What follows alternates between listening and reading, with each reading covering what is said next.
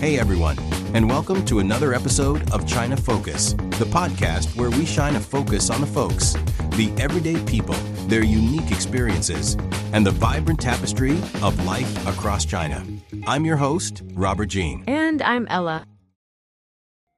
Imagine stepping into a new life overseas. It's brimming with promise, right? But it's also, often fraught with unexpected complexities. What does it truly mean to live as an overseas Chinese person today? Navigating totally new cultures while trying really fiercely sometimes to hold on to your ancestral roots. Today we're embarking on a deep dive into the multifaceted realities that shape the lives of Chinese communities all across the globe. We'll explore some deeply personal narratives, but also uncover broader societal trends. We want to kind of weave together this intricate tapestry of experiences, challenges, and yes, remarkable triumphs faced by individuals building their lives so far from their homelands. Our mission really is to shed some light on what it truly means to be well-informed about the living conditions and also the invaluable contributions of Chinese communities around the world. Yeah, and these aren't just, isolated anecdotes, are they? They're profound reflections of much larger patterns, significant shifts that are impacting millions. Through these personal lenses, we're going to try and connect the dots between individual struggles and the sweeping societal, even geopolitical currents that continually shape the lives of Chinese communities. Wherever they happen to be on the planet. That's absolutely right. And let's begin with something incredibly intimate, universally relatable, the human heart abroad. That tender, often challenging search for relationships and companionship, especially later in life. We recently received a story from a 61-year-old single Chinese woman currently living in an English-speaking South Pacific country. What immediately stood out about her situation is her profound independence. She's been single for many years, but she's definitely not struggling financially. She owns her house outright, has a car, secure pension. She's completely self-sufficient. So this search isn't born of need. It's about genuine desire for connection. You've really hit on something crucial there. That level of financial independence, that self-sufficiency, it creates a unique backdrop for her dilemma, doesn't it? Yeah. Her choices are driven purely by emotional needs, by the desire for connection, not by any financial necessity. And that allows her to approach potential partnerships from a position of, strength, really, seeking true compatibility rather than just security. Precisely. Her story of companionship truly began late 2022 when she met a Chinese man online. He's a widower, and his family had actually settled in the local area generations ago, so much so they didn't even speak Chinese anymore. She described him as honest, genuinely caring, and deeply devoted. He'd cared for his late wife for 5 really demanding years until her passing. This really painted a powerful picture, a man with immense character, a proven capacity for commitment. What's truly compelling here is that initial impression, right, of a kind, reliable partner. The fact that he dedicated 5 whole years to caring for his ailing wife, that speaks volumes about his character, his capacity for profound commitment.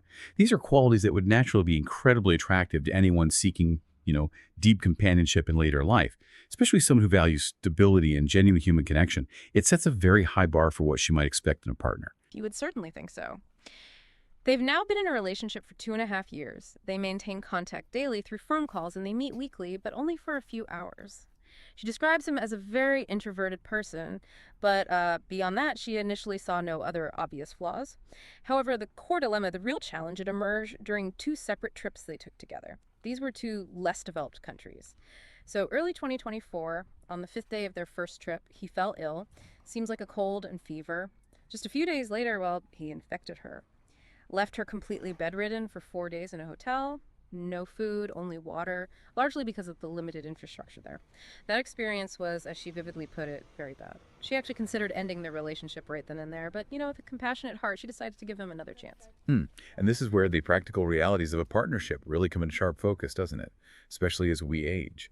The ideal of companionship, that emotional connection, it often confronts the undeniable challenges of physical vulnerability. The repeated illness transmission isn't just like an inconvenience.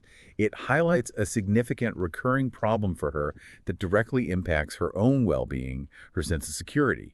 It's really a test of the relationship's practical resilience, I think. And it unfortunately happened again, which just solidified her concerns, didn't it? Just last year, 2025, they went on another trip. 6th day, he gets sick again, this time with the flu. And once more, he infected her. She was left suffering from a high fever, persistent coughing. So the second incident brought his health issues into incredibly sharp, undeniable focus for her. She's now truly at a crossroads, grappling with this agonizing question of whether to end the relationship. Her fears are palpable, deeply human, finding another partner at 61, incredibly difficult. And she's profoundly worried about inflicting emotional pain on them. It's a classic heart versus head struggle, you know? What's truly fascinating here is how our listeners' intensely personal dilemma reflects much broader trends in later life relationships. Research, like the stuff done by the American Association of Retired Persons, AARP, it sheds invaluable light on what older adults actually prioritize in a partner. Their top priority, and maybe this is surprising for some, is emotional connection and chemistry. That undeniable feeling of clicking with someone, right? Where there's genuine affection, a palpable connection, as the AARP research describes it. This isn't just about comfort, it's about a deep, resonant bond. Okay, so it's about that emotional spark, first and foremost. What comes after that, then? Well, it's followed closely by shared background and experiences. So we're talking about things like having grown up in the same era, maybe similar educational backgrounds, how they approached raising their kids or shared work history. This common language, rooted in similar life experiences and cultural touchstones, it's absolutely crucial for older individuals to build a foundation of mutual understanding. And finally, of course, mutual respect. That's also a basic, non-negotiable characteristic they look for. These three elements really form the bedrock of a fulfilling later life partnership. That makes profound sense. It's about finding someone who not only sparks joy, but also truly gets you because you've sort of walked similar paths in life. Precisely. And in terms of how these relationships unfold, the pace of emotional entry for older adults is often slower than in youth. They take their time, to build a connection, to truly get to know someone without the rush of societal expectations. However, once they are committed, once they invest their love and feelings, their relationships tend to be more stable and remarkably lasting. But the inverse is also true. Disengaging from a relationship can also be a slow and emotionally difficult process. This is partly because older adults often face fewer external pressures compared to younger generations, like career advancement or the really intensive demands of raising young children. This relative freedom allows them to be more discerning, or, as the AARP research puts it, more picky in choosing a partner. Our listener's concern about her partner's frequent colds, which might seem trivial to an outsider, is actually a very normal manifestation of this discerning approach. They have the luxury, you could say, to consider these details because their lives are often more settled. That's a powerful insight. It's not just, it's just two colds. It's a significant factor because they have the wisdom and the life circumstances that allow them to be choosy about their daily lived experience. So beyond this discernment, what are the most common challenges older adults face in these later life relationships? Yeah, the AARP research highlights three main difficulties. First and foremost is health, which is, as you said, directly relevant to our listener situation. Health concerns are identified as the primary hurdle in most older adult relationships. It impacts both partners and often requires significant adjustments. The second is finances. That can become complex when you're combining assets or just managing individual economic situations. And the third is family relations, which involves navigating, the existing relationships with adult children and grandchildren and the complexities of blending two families, each with its own history and expectations. But on a more positive and I think profound note, older individuals bring an unparalleled wealth of life experience and a deeper, more nuanced understanding of human relations to their partnerships. This fosters remarkably mature and stable interactions. They're often more willing to compromise, recognizing the finite nature of life and prioritizing what truly matters in the present moment, genuine connection, shared happiness. This makes later life love, while perhaps less overtly passionate than youthful romance, profoundly wise and I think deeply fulfilling. It sounds like there's just a lot of accumulated wisdom that comes with age, making these relationships potentially more stable and understanding, focusing on what truly lasts. Absolutely. And when we delve into the very science of love, research overwhelmingly confirms that the neural pathways governing romantic feelings remain active regardless of age. Dopamine and oxytocin, those crucial neurotransmitters responsible for feelings of bonding, pleasure, attraction, they're produced just as readily in a 90-year-old as in an 18-year-old. The fundamental human need for companionship, for emotional connection, for intimacy, it doesn't diminish with time. It persists throughout life, a constant biological and psychological drive. So love literally knows no age limit. That's truly incredible, isn't it? It completely challenges the societal narrative that often puts a timestamp on romance. The idea that those neural pathways for bonding and attraction are just as active in a 90-year-old as an 18-year-old. Wow, that's a profound thought. Are there any distinct gendered preferences in these relationships that research has uncovered? Yes. Studies show some clear and, well, fascinating differences. Older women primarily seek partners who are honest, first off, and willing to genuinely engage in shared leisure activities, things like hiking, fishing, or travel. They look for authentic companionship and active shared experiences that enrich their lives. In stark contrast, older men tend to prioritize attractive appearance first, followed then by emotional interaction and care. This research indicates that for older men, physical attractiveness remains a surprisingly significant draw, a point that's often observed regardless of age group, actually. It speaks to different emotional and practical priorities. That's quite a contrast in priorities. And what about the practicalities of, formalizing these connections, like cohabitation versus remarriage? What do we see there? Well, a significant majority of older Americans, for instance, choose to cohabitate rather than remarry. This decision is often driven by a strong desire for autonomy and financial independence, especially among older women who may have experienced extensive caregiving responsibilities in earlier marriages and, frankly, prefer not to take on new ones.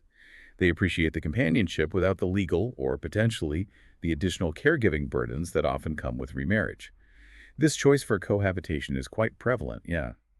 Many are simply seeking a genuine partner without the formalities or potential complications of a second marriage.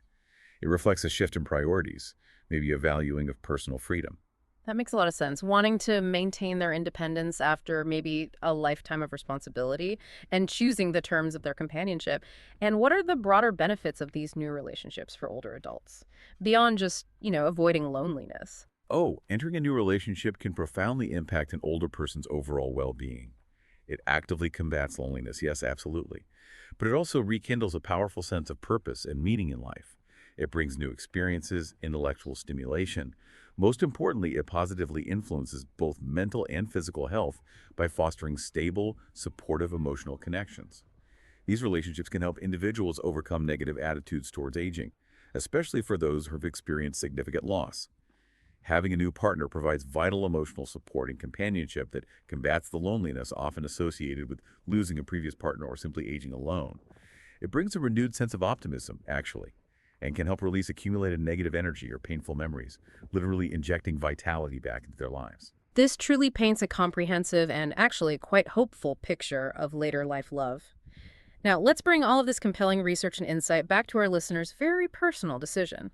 My advice, drawing from those AARP insights we just discussed, particularly that health is indeed the primary challenge in later life relationships, the true insight here isn't to avoid sickness, but maybe to redefine what reciprocal care means.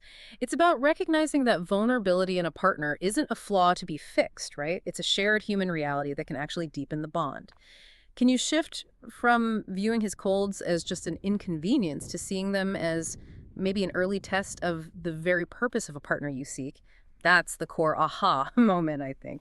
Realizing commitment in later life often means embracing imperfections, not seeing perfect health. That's a profound shift in perspective. It moves the focus from an external problem, like the colds, to an internal reevaluation of what companionship truly entails as we navigate the inevitable physical changes of aging. It speaks to a deeper acceptance of reality. Exactly. And she should proactively think about the very purpose of having a partner, especially in times of illness. If she were to fall ill, wouldn't she desire her partner's care and presence? This reciprocal support, this mutual leaning on one another, it's a fundamental aspect of companionship at this stage of life. The meaning of a partner truly shines when you're at your most vulnerable, and it's absolutely a two-way street. This point on reciprocity is absolutely crucial. A relationship is fundamentally a two-way street, isn't it? And the ability to offer and receive care during times of need is often what truly defines a lasting bond, particularly in later life when health inevitably becomes a more central concern. It's about building a partnership for all seasons, really. You've hit on something crucial there. What they have now, those daily calls and weekly short visits, it creates what I would call a superficial connection, maybe. True compatibility, the kind that endures, I think it requires living together. It means experiencing daily life, sharing mundane moments, confronting shared realities, even the small quirky ones, like my own experience. When my wife and I first lived together, she discovered my snoring. It was quite a shocking revelation for her. These small things, only truly revealed through cohabitation are what you need to understand to truly know if you're compatible. You need to be able to rub off on each other, as they say, to see each other, flaws and all, in the everyday. That's a very practical observation and a humorous one, too. The everyday realities, including minor irritations or habits, they can indeed make or break a relationship. Cohabitation allows for that necessary process of adapting, compromising, and truly accepting the whole person, not just the, curated version you see on short visits. It builds a deeper, more resilient bond based on shared experience. And finally, maybe consider the inherent resilience that comes with later life. Older individuals often possess greater emotional maturity and resilience than younger people. The fear of hurting someone through a breakup might actually be less severe than anticipated. They've likely experienced various forms of loss, disappointment, major life transitions throughout their lives, right? They have a deeper well of strength to draw from. And there's often what I call a hidden yes in situations like hers. Her internal struggle, the sheer difficulty she's having with the decision, it suggests she might already feel this relationship is a good fit deep down, with his honesty and caring nature maybe outweighing his introversion and these minor health issues. The key here, as in any lasting connection, is recognizing that compromise is essential, especially at this age. It's about accepting the good with the challenging and finding joy in the reality of the partnership. That's a profound insight. Sometimes the very struggle to let go, that deep internal debate, it actually indicates a deeper attachment or a subtle recognition of value that the individual themselves might not yet fully articulate. It's the subconscious maybe telling the conscious what the heart already knows. Okay, let's unpack this next compelling story. It shifts dramatically from the intimate space of personal relationships to the demanding, sometimes, frankly, brutal realities of the global workplace for overseas Chinese.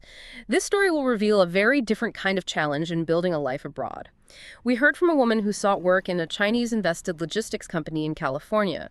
Her reason for working wasn't financial necessity at all. Her husband's income was quite sufficient for their family of 4. She was driven by a deep desire for personal fulfillment, the challenge of contributing. She possessed strong language skills, substantial work experience, a dedicated work ethic, making her, as she described it, a skilled hand, shuri angungu. She was, by all accounts, a powerhouse ready to contribute. Yeah, this immediately sets a high expectation for her, and indeed for the company. She wasn't just coming in for a job. She was coming in with significant capabilities, looking to make a substantial and meaningful contribution. Her search for personal fulfillment is a key detail, I think, that underscores her dedication and potential.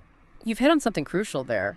Despite her evident capabilities, she received only 2 hours of formal training upon joining.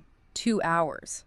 This forced her into an immediate, overwhelming situation, requiring her to self-study from this massive pile of video materials. Unsurprisingly, this left her with crucial knowledge gaps, particularly regarding intricate warehouse specifics like fee structures, standards.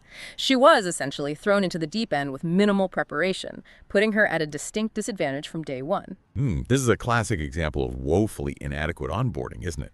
Especially problematic in a complex technical or logistics role. It strongly suggests the company was either profoundly unprepared to integrate skilled staff or, maybe more concerningly, deliberately cut corners on training, placing an unfair and unsustainable burden on their new hire. It sets a precedent, really, for how they value their employees. It truly gets worse. Her role as a customer representative quickly escalated into managing a workload meant for at least 3 people. She was in charge of processing and filtering orders, meticulously inputting them into the warehouse management system, generating operation orders, then executing them. Every single day, she had to organize the day's data and report to clients. This relentless pace required constant, exhausting overtime to meet strict deadlines, often due to significant time differences with China. She regularly worked late into the night, experiencing severe physical strain, including, get this, her left eye bleeding. She had no lunch breaks, subsisting only on bread, while her husband had to take over childcare for their sick child. This wasn't just long hours, it was a complete erasure of personal life. This isn't merely a heavy workload. It's an extreme level of exploitation that borders on inhumanity. The physical toll she endured, the complete lack of basic breaks, the devastating impact on her family life. It paints a stark picture of a profound disregard for employee well-being. The company's internal justification for this, as she noted, was to minimize costs, with all problems being blamed squarely on her. It's a toxic combination, overwhelming demands and a culture of accountability without support. And her repeated requests for additional support were not just ignored, they were effectively dismissed. Then, conditions deteriorated even further. In January 2024, middle of the California winter, mind you, her workstation was unilaterally moved to a freezing warehouse where she was made to work alone under poor lighting until 11 or 12 p.m. On top of that, the company put her personal phone number into client WeChat groups, completely eroding any semblance of private time. Her life became indistinguishable from her work. Ugh. This highlights a significant and often painful cultural clash. The expectation of 247 availability via WeChat groups is regrettably common in certain corporate environments in China, but it clashes sharply and often illegally with Western labor norms, where regular companies adhere strictly to defined work hours and use professional communication channels like email. This pervasive intrusion into personal life is a hallmark of certain problematic Chinese corporate cultures when transplanted overseas. It creates a constant state of pressure and violates fundamental boundaries. And then came what she described as the ultimate betrayal.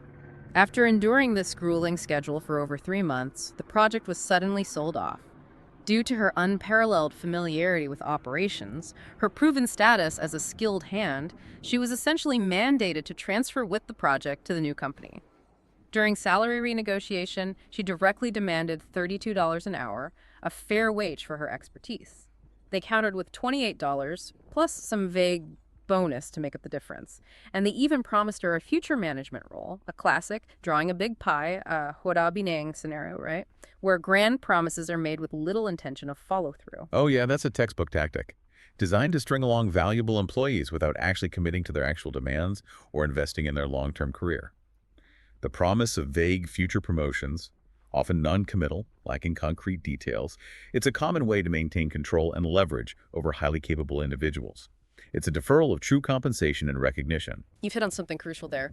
She didn't immediately agree to their counteroffer, but they were desperate for someone to manage the operations, so they reluctantly relented, agreeing to her terms for the time being. She even painstakingly trained new staff to help with the inventory system data, which she'd meticulously maintained. But the pressure continued to mount. New business requiring on-site operations, her personal phone number still in those client WeChat groups. No private time whatsoever. Eventually, all data management was offloaded to China-based customer service, leaving her only with on-site operations, essentially demoting her to a warehouse manager. After she took a 2-week vacation to China to visit her parents, she returned to find herself facing not only a demotion, but also a significant pay cut. She described it as a huge joke, a complete slap in the face. She refused the demotion and promptly filed a case with the Labor Bureau for unpaid severance, which the company stubbornly refused to provide. Wow. This story isn't just about one individual's unfortunate experience, is it? It raises incredibly important questions about the intrinsic nature of certain Chinese corporate cultures when they get transplanted overseas. It vividly illustrates the continuation of deeply harmful practices. Many Chinese companies operating abroad often perpetuate previous management styles from their home country, characterized by what we might call bad habits, absurd practices, overbearing behavior, and what has sometimes been termed a vile corporate culture, veau de sièvenois. This relentlessly creates a suppressed, indifferent, and often discriminatory work environment. The expectation of 247 WeChat availability, as we discussed, is a prime example of this systemic erosion of work-life balance and a fundamental disrespect for personal boundaries. It sounds like they just bring the very worst of their domestic practices with them, assuming they can operate with impunity in a new legal and cultural landscape. That's a powerful observation, indeed. This also leads to what is euphemistically referred to as a low human rights advantage, a term that, as discussed, describes exploitative labor practices. We've seen this in attempts by companies like, say, Foxconn to replicate what are essentially slavery-like conditions in the U.S. We've seen accusations of systemic wage theft, forcing employees into company dorms under surveillance, or requiring working conditions so unsafe they lead to severe injuries, all aimed at bypassing established labor laws and minimizing costs at the direct expense of human well-being. Furthermore, these companies frequently engage in openly illegal practices. Blatant age discrimination, for instance, with internal plans to systematically replace staff over 35. Widespread visa abuse, where individuals are brought in on business visas, but then forced into manual labor roles. In one documented instance, this led to significant protests and deportations of staff in the U.S. These illicit activities are frequently orchestrated by lackeys at lower level managers tasked with shielding top management, insulating them from direct legal consequences. So a lot of what happened to our listener is part of a broader established pattern of exploitation and outright illegal activity. It's not really an anomaly. Precisely. Another common and deeply frustrating pattern is what we might term the pioneer's curse. Talented, resilient individuals like our listener are often deliberately brought in as pioneers, or more brutally, cannon fodder, pauhui, to establish new projects and processes from the ground up. They're tasked with the grueling, difficult, often thankless initial groundwork. However, once the operation is stable, once the systems are in place, the hard part's over. They are frequently and systematically replaced by cheaper or maybe more compliant staff.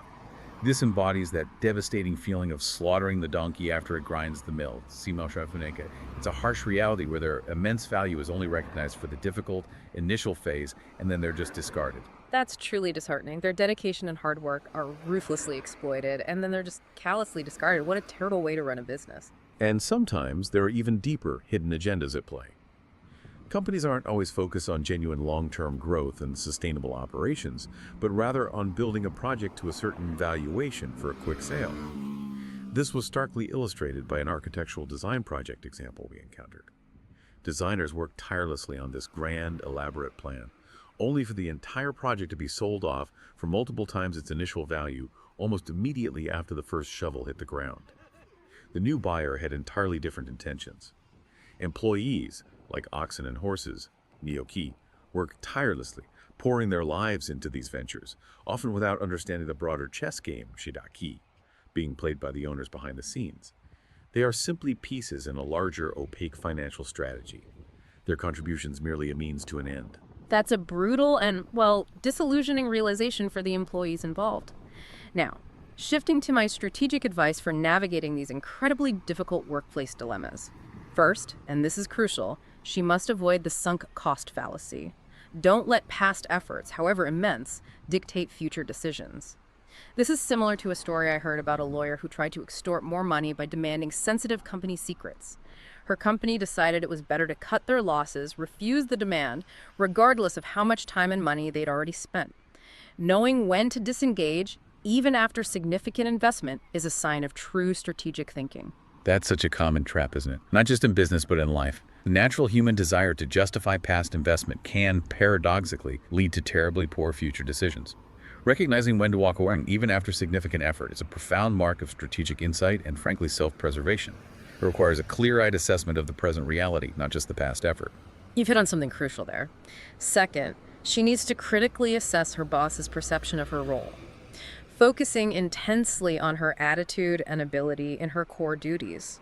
The boss likely saw her crisis management attempt, like dealing with that person exposing the black-hearted company, as maybe a trial run, and he didn't necessarily expect her to fully succeed in that impossible situation. His willingness to drop the case when company secrets were requested was probably a normal, risk-averse business decision, not necessarily a personal judgment on her capabilities. He wasn't necessarily disappointed in her performance, but maybe in the uncontrollable outcome, especially when it involved revealing sensitive company info. It's about understanding the corporate game being played. That's a key distinction. Often our internal guilt or self-blame doesn't align with the boss's actual assessment. They're primarily looking at the bigger picture of corporate risk versus potential reward, and their decisions are often pragmatic rather than personal. It's a valuable lesson in detaching one's self-worth from a company's, cold calculations. And speaking of risk, I always strongly advise against optional moves, ziguan dongzuo. Avoid taking on tasks or responsibilities that are clearly outside your defined job description, even if your intentions are noble. While it might seem like a way to show initiative and earn recognition, it often carries unnecessary risk and can be thankless. Instead, focus relentlessly on making your core role indispensable. Be the absolute best at what you are paid to do, and ensure your value is clearly demonstrated within those defined boundaries. This is incredibly sound and pragmatic advice. In many corporate environments, going above and beyond can unfortunately backfire, especially if it's not aligned with the company's strategic priorities or if it inadvertently exposes one to blame for tasks that aren't officially their responsibility. It's about working smarter, not just harder. Now, a crucial, often overlooked indicator of a company's true integrity is how it treats its terminated employees. especially regarding severance and navigating legal processes. Companies that cut corners on even small amounts, like half a day's pay, often reveal deeper, more fundamental character flaws. If they're that petty and unethical over a small sum, imagine how they would treat you in a major dispute or when significant amounts of money are involved. It's a true test of their ethical compass. That's an invaluable metric for assessing a company's true character. How an organization handles endings, how it treats those who are leaving, often speaks more volumes about its ethical foundation and its long-term values than any mission statement. It reveals the kind of institution it truly is. Finally, for young professionals, especially those navigating the complexities of visas like OPT, small companies might, unfortunately, be the only realistic option when starting out overseas. In such cases, it's absolutely vital to meticulously assess the boss's character and overall capability. It's wise to continuously and actively seek better opportunities rather than becoming wholly dependent on a potentially exploitative employer with no genuine long-term vision for employee development. This is what we wisely call riding the donkey while looking for a horse. In other words, never quit your current job until you've firmly secured a better one. Always be strategically planning your next move. This pragmatic, forward-looking approach is utterly essential for navigating early career stages, particularly in competitive international environments, or when visa status adds that additional layer of vulnerability. It's about leveraging every opportunity while constantly seeking upward mobility and, importantly, ethical employment. We truly hope this deep dive is sparking some aha moments for you as we explore the diverse and often challenging living conditions of overseas Chinese. If you're enjoying the insights and the raw honesty of these compelling stories, we'd love for you to hit that like button right now and show us your support. And if you want to keep receiving these in-depth analyses, make sure to follow and subscribe to The Deep Dive wherever you listen to your podcasts. Your engagement really helps us grow our community of well-informed listeners. Now, let's continue with more compelling narratives, delving into the intricacies of family and belonging. Let's turn now to another deeply personal and emotionally resonant narrative, this time illustrating the complex dynamics of generational divides and, well, often unreciprocated sacrificial love within Chinese families abroad. We meet a 46-year-old Chinese woman residing in Germany, currently struggling with profound sadness, deep-seated guilt, and overwhelming emotional fatigue over her strained, even fractured relationship with her mother. This individual's emotional state, already marked by sadness and guilt, that's an immediate red flag. It signals a deep internal conflict and significant emotional distress stemming from long-standing, unresolved family dynamics. Her words hint at a history of emotional burden. And her emotional turmoil has been tragically exacerbated by a recent uterine cancer diagnosis, which she's bravely managing with ongoing hormone therapy. This severe medical crisis, understandably, has brought long-standing family conflicts and unresolved emotional issues to a raw and painful head, forcing her to confront layers of trauma she'd perhaps suppressed for decades. What's profoundly fascinating here is the devastating intersection of intense emotional distress and a serious physical ailment. There's increasingly strong evidence of a profound mind-body connection, where chronic emotional suppression, particularly feelings of anger, resentment, unacknowledged sacrifice, can manifest physically. For this listener, her diagnosis adds an incredibly urgent and heartbreaking dimension to her story, compelling us to consider the very real physiological cost of emotional neglect. She recounts her childhood and the early fortunes of her family. Her mother, a strong, capable, fiercely independent seamstress, earned significantly more than her father in the 1980s, almost 1,000 yuan a month, when most others were making a mere 50. This exceptional income allowed the family to prosper immensely. They built several homes, even ventured successfully into an ice cream factory, achieving remarkable economic success. Their prosperity was likened by the listener to the growth of a small school-run factory into a large, thriving enterprise, similar to the beginnings of China's Wahaha, a household name. They shared a happy, idyllic family life during this period, even cultivating their own thriving garden. This initial period of prosperity and maternal strength, it's a crucial baseline for understanding the family's trajectory, isn't it? It highlights the mother's powerful role and exceptional confidence, setting a precedent for what was possible.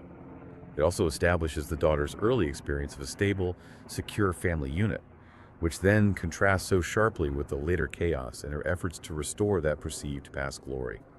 This early success likely instilled in the daughter a sense of responsibility, maybe a desire to maintain that standard. But then, a devastating tragedy struck, dismantling their idyllic life.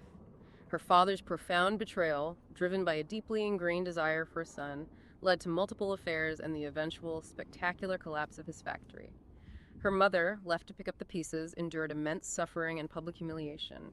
She faced crushing debts, relentless lawsuits, including a particularly difficult 20,000 RMB debt from an industrial bureau official that she fiercely fought to recover, and severe social isolation. She became reclusive, even developing stress-induced skin conditions, struggling profoundly to show her face in public, believing she couldn't meet people after being divorced and losing so much.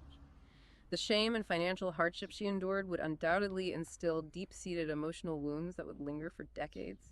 Oh, that paints a raw and powerful picture of profound trauma for the mother. A series of devastating events that undeniably shaped her, and by extension, the entire family's dynamics, the shame, the financial ruin, the social stigma she experienced, that would naturally instill deep-seated emotional wounds and a pervasive sense of insecurity. It's vital to acknowledge that such a past can warp a person's perceptions and behaviors, creating cycles of expectations and demands on those closest to them. This brings us to the daughter's unwavering, almost superhuman dedication.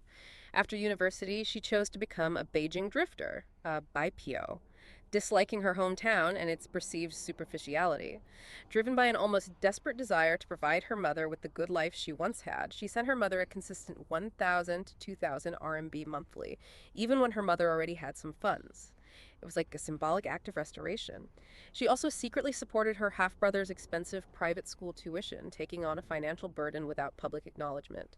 And in a moment of great crisis, she even gave her struggling father a significant 150,000 RMB when he was in dire financial straits. An act of quiet generosity despite his past betrayals. The daughter's actions reveal an intense sense of responsibility, almost a compulsive need to be the family's financial pillar. She was, in essence, trying to compensate for the father's past failures and to somehow alleviate or reverse the mother's past suffering. This profound self-sacrifice goes beyond typical filial piety. It hints at a deeper psychological drive to fix or save her family, perhaps believing her own worth was tied to her usefulness. And her work ethic was nothing short of extreme. As an English teacher, she worked relentlessly across different institutions and age groups, mornings for professional English for adults, afternoons engaging lively toddlers, evenings prepping middle schoolers for grueling exams. She was often not seeing the sun for 10 years, benzendayue, that vivid idiom meaning working from dusk till dawn, literally from the stars to the moon. She would return home late, enduring extreme fatigue, only to work through the entire night grading papers after her mother had gone to sleep. Her life was just a relentless cycle of labor. This level of sustained self-sacrifice is truly extraordinary. It points to a profound need for external validation, perhaps rooted in a desire to constantly prove her worth, or to be seen as useful and top, as she mentioned. The complete disregard for her own physical and mental well-being is alarming, indicative of a deeply ingrained pattern of self-neglect in service of others. It's a tragic testament to how much she pushed herself.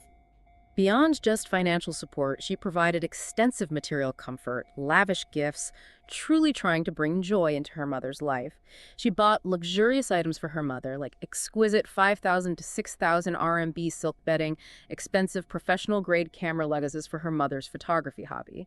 She meticulously planned and took her mother on numerous trips across China and even abroad to Thailand, often shouldering the burden of carrying heavy equipment, ensuring hot water was available, catering to her mother's every need. These weren't just gifts, were they? They were profound gestures of immense emotional investment and relentless effort. They represent attempts to bring joy, comfort, perhaps to make up for the mother's past hardships and the shame she endured.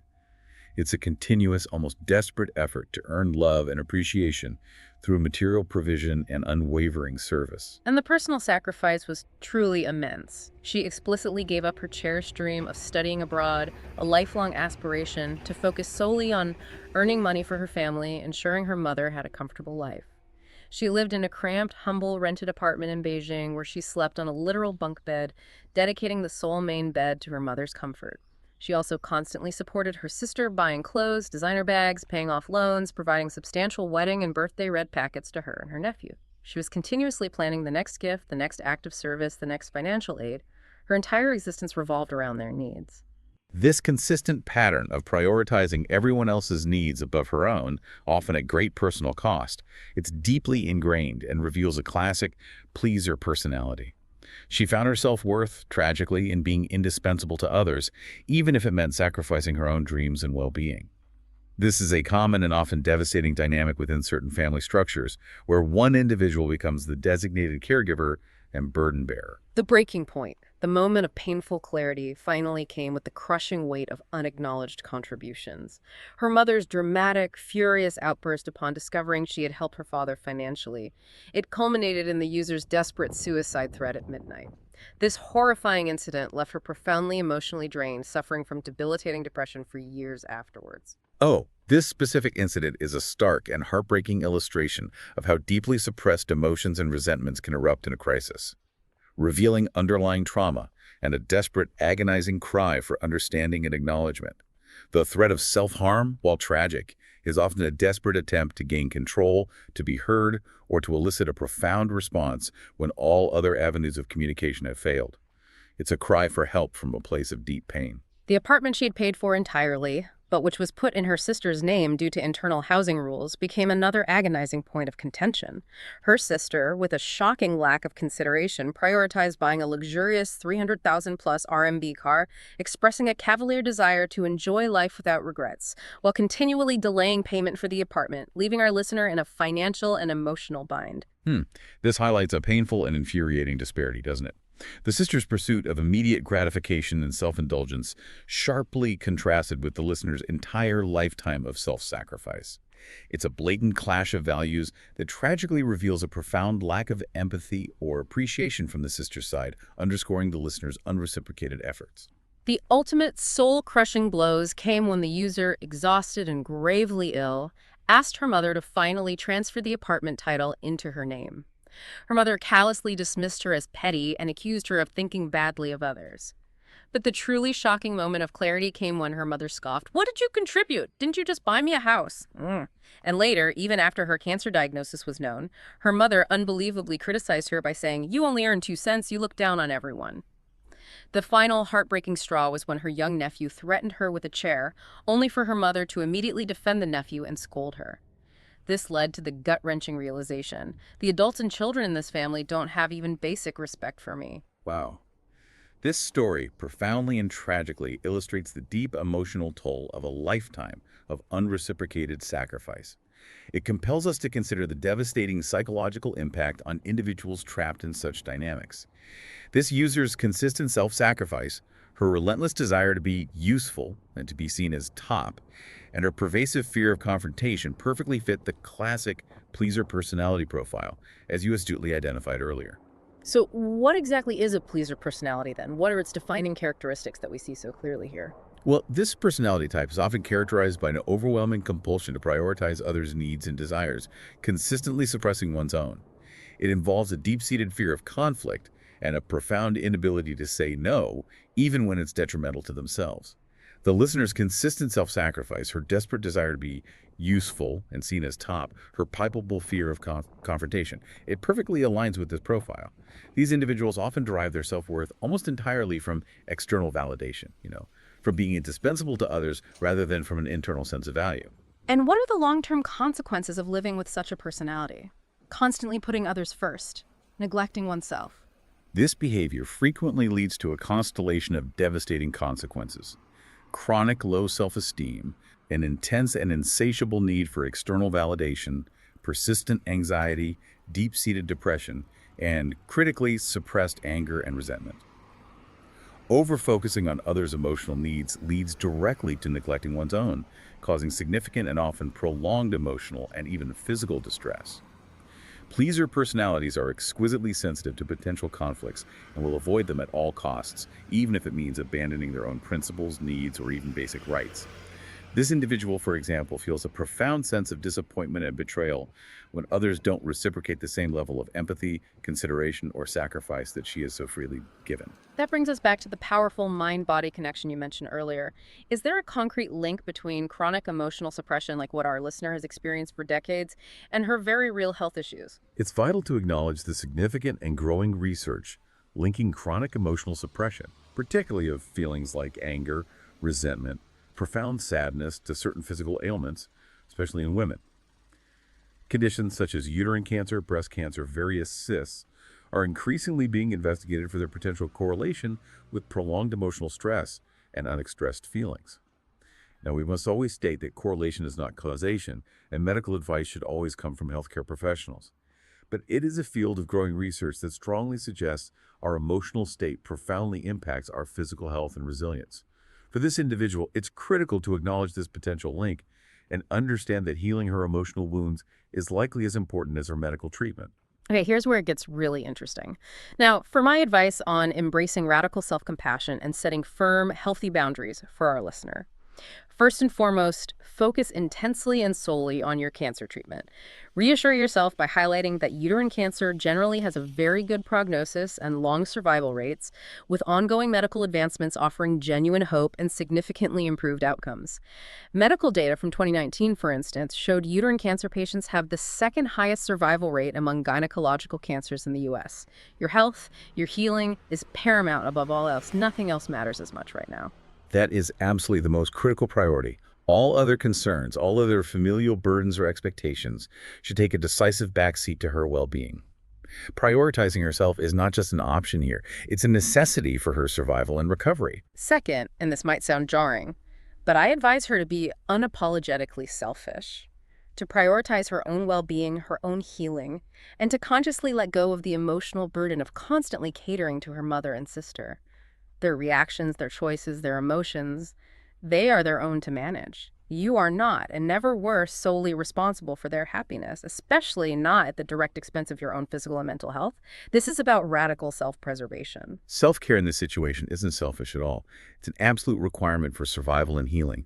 It's about recognizing her own needs as valid, important, and ultimately life-sustaining.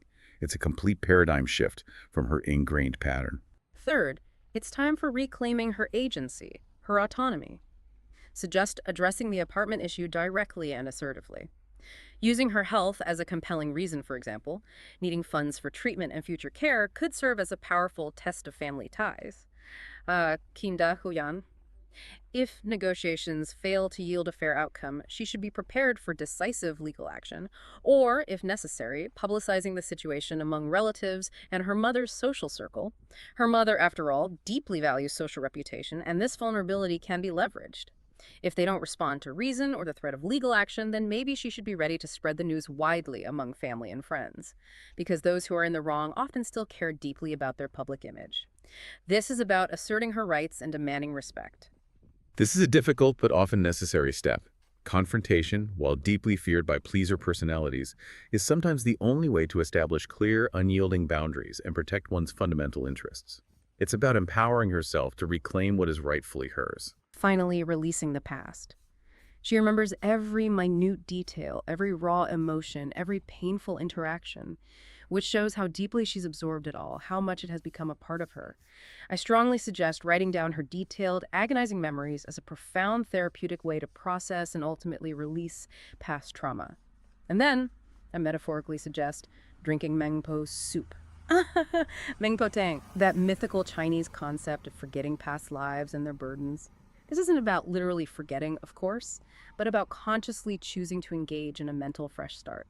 To let go of ingrained regrets, resentments, the weight of unreciprocated love. It's about taking active control over her narrative and beginning anew, liberated from the past. That's a truly powerful and liberating metaphor for psychological release. It's about making a conscious, deliberate choice to shed the immense burden of past grievances and painful memories that no longer serve her well-being, allowing her to invest her emotional energy into her present and future. Okay, we're moving on now to the broader landscape of Chinese immigrant experiences and their invaluable contributions. Starting with an illuminating look at the Canadian mosaic.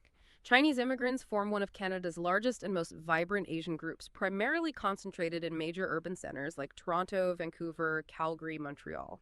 What's truly remarkable is how these cities boast extensive, comprehensive Chinese communities with facilities that cater to virtually every need. From sprawling Chinese supermarkets stocked with familiar ingredients, authentic restaurants offering tastes of home, to vital cultural centers and excellent Chinese language schools. This creates an incredibly welcoming and familiar environment that, for many, feels like a true home away from home, really easing the transition into a new country. Yeah, this established infrastructure is an incredibly significant draw for new immigrants, providing not just practical resources, but also a crucial soft landing and a strong support network.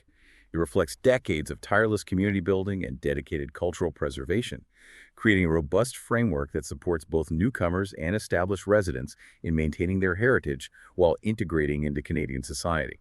And these communities are economically powerful, profoundly successful. Chinese Canadians have achieved significant economic prowess across various sectors, particularly in business, technology, healthcare, education. Entrepreneurs are prominently visible in the bustling food and beverage industry, the vibrant retail sector, the booming real estate market. Simultaneously, countless professionals excel in high-demand fields like engineering, IT, finance, a testament to their high levels of education and specialized skills. Their contributions are fundamental to the Canadian economy. What's truly fascinating here is how these communities have not only adapted to a new country, but have profoundly thrived, leveraging their formidable skills, strong work ethic, entrepreneurial spirit to contribute substantially to the Canadian economy. Their success isn't just about individual achievement. It's a collective testament to their dedication and drive, enriching the nation as a whole. Education, as many of us know, is paramount for Chinese families, and their children consistently achieve remarkable academic excellence, routinely gaining admission to Canada's top-tier universities like U of T, UBC, McGill. But beyond academic pursuits, there's a deep commitment to preserving heritage. To ensure the next generation understands and identifies with their cultural roots, many parents also diligently enroll their children in Chinese language schools, weekend cultural classes, fostering a bicultural identity that celebrates both their Canadian present and their Chinese past. This dual focus achieving academic excellence in their new country, while consciously and actively preserving cultural heritage, it's a hallmark of many immigrant communities, but it is particularly strong and well-organized within Chinese Canadian families. It's about strategically building a bright future for their children while ensuring they remain deeply connected to and proud of their cultural past. Beyond just education, Chinese communities actively celebrate traditional festivals like Lunar New Year, Mid-Autumn Festival, with incredibly vibrant public events, spectacular dragon dances, mesmerizing lantern displays, delicious food tastings. Various cultural organizations work tirelessly to promote traditional Chinese arts like calligraphy, painting, music, ensuring these ancient traditions flourish in a modern context. And beyond mere preservation, Chinese Canadians actively engage in cross-cultural exchange, contributing significantly to Canada's rich, diverse society across economic, cultural, political spheres, truly enriching the national fabric. If we connect this to the bigger picture, it really highlights how Chinese communities don't just settle. They profoundly enrich Canada's multicultural fabric. They move beyond mere settlement to active contribution and integration, all while powerfully maintaining their unique identity. It's a dynamic and ongoing process of cultural exchange and growth. Now, let's look at a very different kind of journey. A scholar's crossroad, facing significant career dilemmas amidst, well, turbulent global dynamics. We heard from a 36-year-old single Chinese scholar currently working as a postdoctoral researcher in Canada. He faces a truly momentous career choice that will define his future. This individual's career dilemma is a microcosm of a much larger, complex geopolitical trend affecting highly skilled Chinese professionals globally. It vividly highlights the growing tension between the ideals of global scientific collaboration and the powerful forces of national strategic interests. His personal choice is steeped in international implications. His first option is a data analyst position at a prestigious Fortune 500 consulting firm in Canada. This role is squarely in his field, offers an attractive $80,000 CAD pre-tax salary, which is sufficient for a comfortable life in a low-cost Canadian city, and crucially promises a permanent contract if he secures Canadian permanent residency PR within 3 years. The significant challenge, however, is obtaining that PR. It's becoming increasingly difficult, competitive. It demands top scores in English proficiency tests like IELTS specifically, near perfect nines in all 4 sections for Federal Express entry. Even with that, his current Express entry score, 499, might not be enough for immediate PR, potentially taking 1-2 years of anxious waiting. Failure to secure PR within 3 years would tragically render his Canadian experience, his professional network, basically redundant and necessitate a difficult return to China. This perfectly illustrates the precarious position many highly educated immigrants face, doesn't it? Where career stability and long-term security are directly tied to an increasingly competitive and unpredictable immigration status. The risk of accumulated experience and hard work becoming effectively useless is a significant and profoundly unsettling concern that weighs heavily on individuals like our scholar. His second option is a highly competitive offer from a top research institute in southern China. It's for an elite talent program, Jihua as an associate researcher. This includes an incredibly generous 1 million RMB living allowance over 3 years and a substantial 500,000 RMB relocation fee. On the surface, it's a highly prestigious offer from the strongest institution in his specific research field in mainland China, led by a prominent, influential figure in his industry. It's tempting, financially and prestigiously. This is indeed a highly attractive offer from a purely financial and prestige standpoint within China. However, as he notes, it comes with a deeply embedded and often hidden set of complexities within Chinese academia. It's not just about the numbers, it's about the system. Indeed. He notes the intense involution, nay nun, meaning that hyper-internal competition within Chinese academia, where many talented researchers actually retire as associate professors due to immense difficulty in promotion. As a non-direct disciple, VDC, of the big shot leading the institute, he fears profoundly limited access to crucial projects and genuine career advancement. Most of his salary would be project-dependent, therefore unstable. He also worries deeply about offending this big shah if he declines the offer, potentially hindering any future opportunities for him in China, where this academic holds significant, far-reaching influence. This involution phenomenon is a critical point. It speaks volumes about the systemic pressures. It signifies a hyper-competitive, often zero-sum environment where connections and patronage, rather than merit alone, frequently dictate career progression and access to resources. The very real fear of offending a powerful figure is a profoundly limiting and anxiety-inducing constraint in this system, impacting academic freedom and intellectual growth. His third option offers a stark contrast. A stable associate professorship at a non-elite university in his hometown, where he already holds a part-time position. This offers a comfortable, low-pressure life with little salary pressure, even without pursuing active research projects, and promises easier marriage prospects in a familiar environment. This option truly represents the safe choice, doesn't it? Offering undeniable comfort, stability, a return to familiarity. But, as he articulates, it comes at a very significant professional and intellectual cost. It represents a different kind of sacrifice. The major drawback, and it's a huge one, is that his cutting-edge research direction is virtually non-existent there. This implies a clear path to academic stagnation and what he calls a lying flat, hanging ping lifestyle. That metaphor for just opting out of the rat race. His decade of intensive overseas research experience, including many impressive SCI journal publications, he expects an astounding 20 in 2 years would be largely useless, essentially wasted in this stagnant environment. This highlights a grim reality: the abolishment culture within certain Chinese research institutions, where individuals who cannot be immediately used, Boningwei, or integrated into existing power structures and strategic priorities, might find their careers effectively abolished, Fela. They become unable to progress, apply their expertise, or even genuinely practice their craft.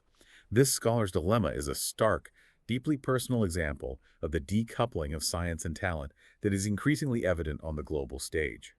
Western countries, it must be noted, are becoming increasingly vigilant about Chinese scientists and engineers with patents or valuable technical knowledge returning to China.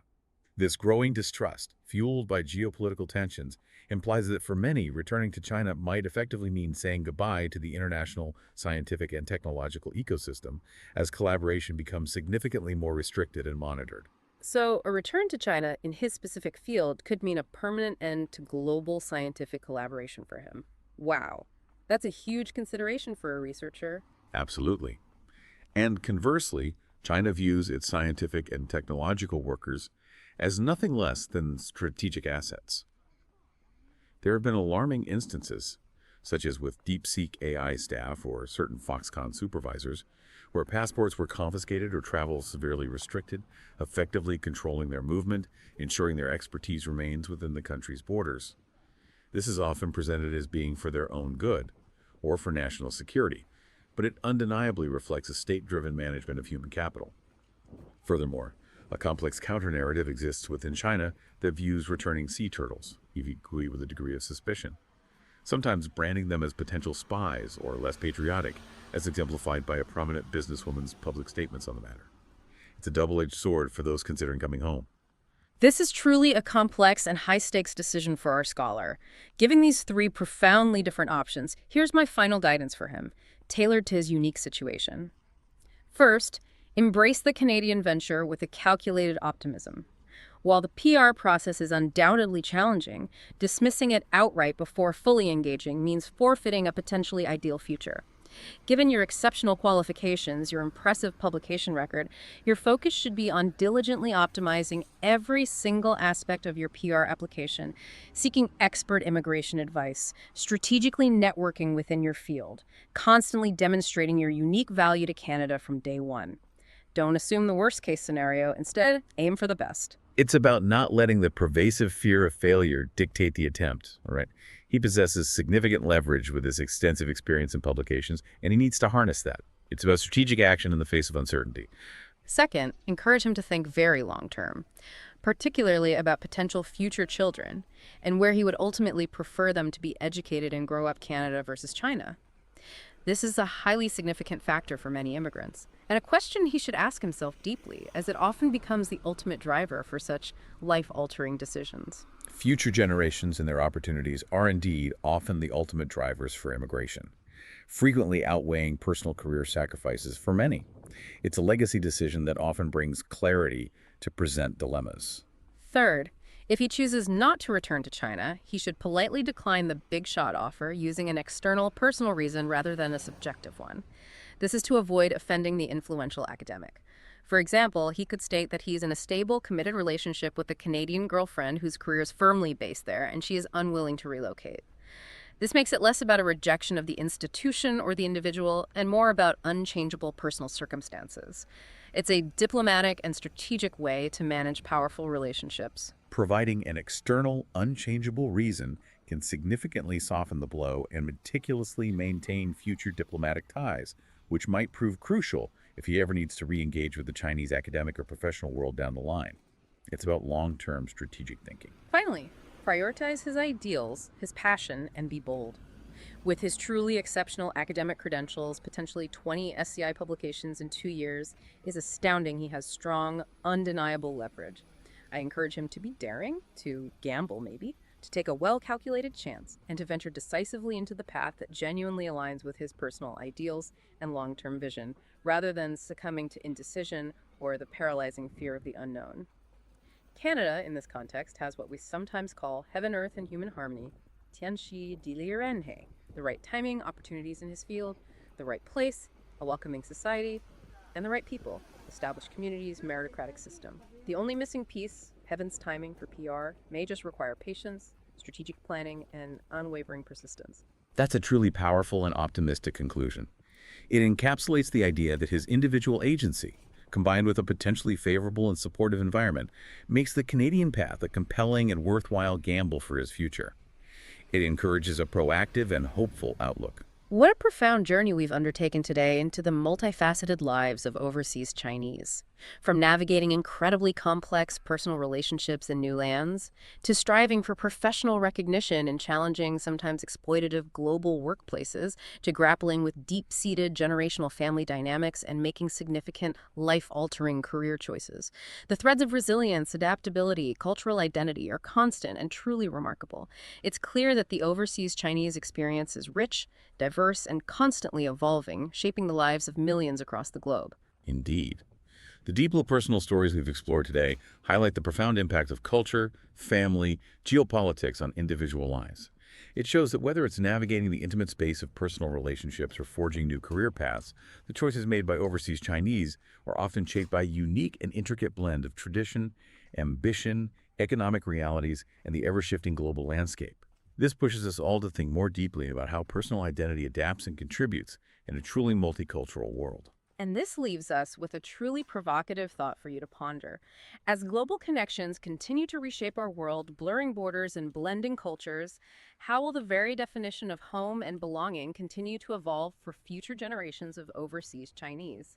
And what unique strengths and perspectives will they bring to the global stage? We sincerely hope this deep dive has offered you new perspectives and valuable insights into this vital topic. If you enjoyed this deep dive, please show your support by hitting that like button right now and following us wherever you listen. You can also subscribe to The Deep Dive so you never miss out on our next exploration. Thank you so much for joining us.